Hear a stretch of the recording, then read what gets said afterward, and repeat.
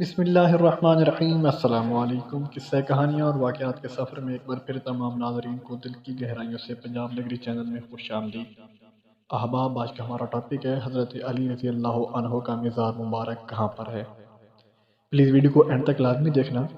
ناظرین، حضرت علی ابن طالب کرم اللہ وجہہ امام علی امیر المومنین کے نام سے مشہور اہل سنت کے چوتھے خلیفہ، شیعوں کے پہلے امام، صحابی، راوی، کاتب وحی، رسول خدا صلی اللہ علیہ وآلہ وسلم کے چچا زاد بھائی اور داماد، حضرت فاطمہ کے شوہر اور 11 شیعہ ائمہ کے والد و ماجد ہیں۔ حضرت ابو طالب آپ کے والد اور فاطمہ بنت اسد والدہ ہیں۔ شیعہ و اکثر سنی مورخین کے مطابق آپ کی ولادت کعبہ کے اندر ہوئی۔ رسول اللہ صلی اللہ علیہ وآلہ وسلم نے جب اپنی نبوت کا اعلان کیا، سب سے پہلے آپ ایمان لائے۔ آپ کی شہادت 40 ہجری 21 رمضان المبارک کو ہوئی، لیکن سوال یہ ہے کہ اتنی عظیم الشان ہستی کی قبر آخر کہاں پر ہے؟ یہ ایک ایسا معمہ ہے جو آج تک حل نہیں ہو سکا۔ ذیل میں ان کی روایات کو درج کیا جاتا ہے جو مولا علی کرم اللہ وجہہ کی قبر سے متعلق ہے۔ روایات میں اتنا تضاد ہے کہ کسی حتمی نتیجے پر پہنچنا ناممکن ہے۔ سیدنا علی رضی اللہ عنہ کی سیرت پر مشہور محقق و مورخ ڈاکٹر محمد علی السلابی اپنی کتاب علی المرتضیٰ رضی اللہ عنہ میں لکھتے ہیں، ان کی قبر کی جگہ کے بارے میں علماء کا اختلاف ہے۔ امام ابن الجوزی نے اس بارے میں متعدد روایات نقل کرنے کے بعد کہا ہے، اللہ تعالیٰ ہی زیادہ بہتر جانتا ہے کہ ان میں سے کون سا قول صحیح ہے۔ حضرت حسن بن علی رضی اللہ عنہ نے انہیں جامع مسجد کے نزدیک کھلی جگہ پر نماز فجر کے بعد دفن کر دیا۔ یہ جگہ کندہ کے ابو اب کے قریب ہے۔ وہاں لوگوں نے فجر کی نماز پڑھی، پھر ان کے واپس جانے سے پہلے تدفین عمل میں آئی۔ اس جیسی دوسری روایت میں ہے کہ انہیں کوفہ میں قصر عمارت کے قریب جامع مسجد کے پاس رات کو دفن کیا گیا۔ ان کی قبر کا مقام عام لوگوں کو معلوم نہیں۔ ایک روایت میں ہی یہ ذکر ملتا ہے کہ ان کے صاحبزادے حضرت حسن نے مدینہ میں منتقل کر دیا تھا۔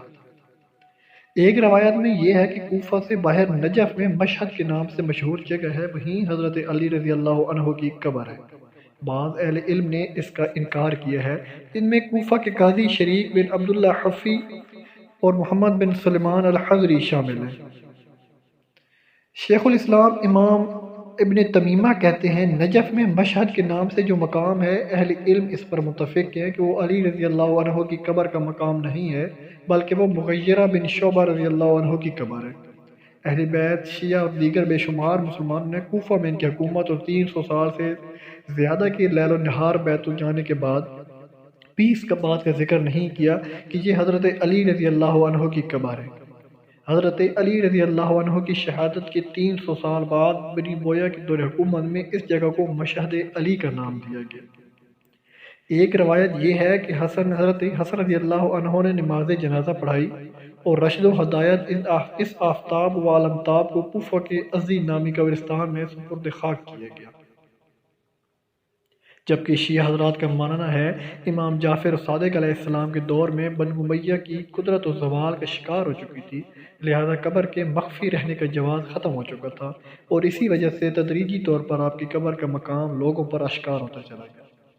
چنانچہ صفوان سے روایت نقل ہوئی ہے کہ انہوں نے امام صادق علیہ السلام سے اجازت طلب کی کہ وہ کوفہ کے شیعوں کو اس کے بارے میں آگاہ کر دیں، اور امام نے انہیں مثبت جواب دیا اور انہیں قبر کی مرمت کے لیے کچھ رقم بھی عطا فرمائی۔ حضرت علی کی جائے مرکز کو عام لوگوں سے مخفی رکھنے کا سبب یہی معلوم ہوتا ہے کہ خارجیوں کے خوف سے آپ کو ایسی جگہ دفن کیا گیا جس کا حال عام لوگوں کو معلوم نہ ہو۔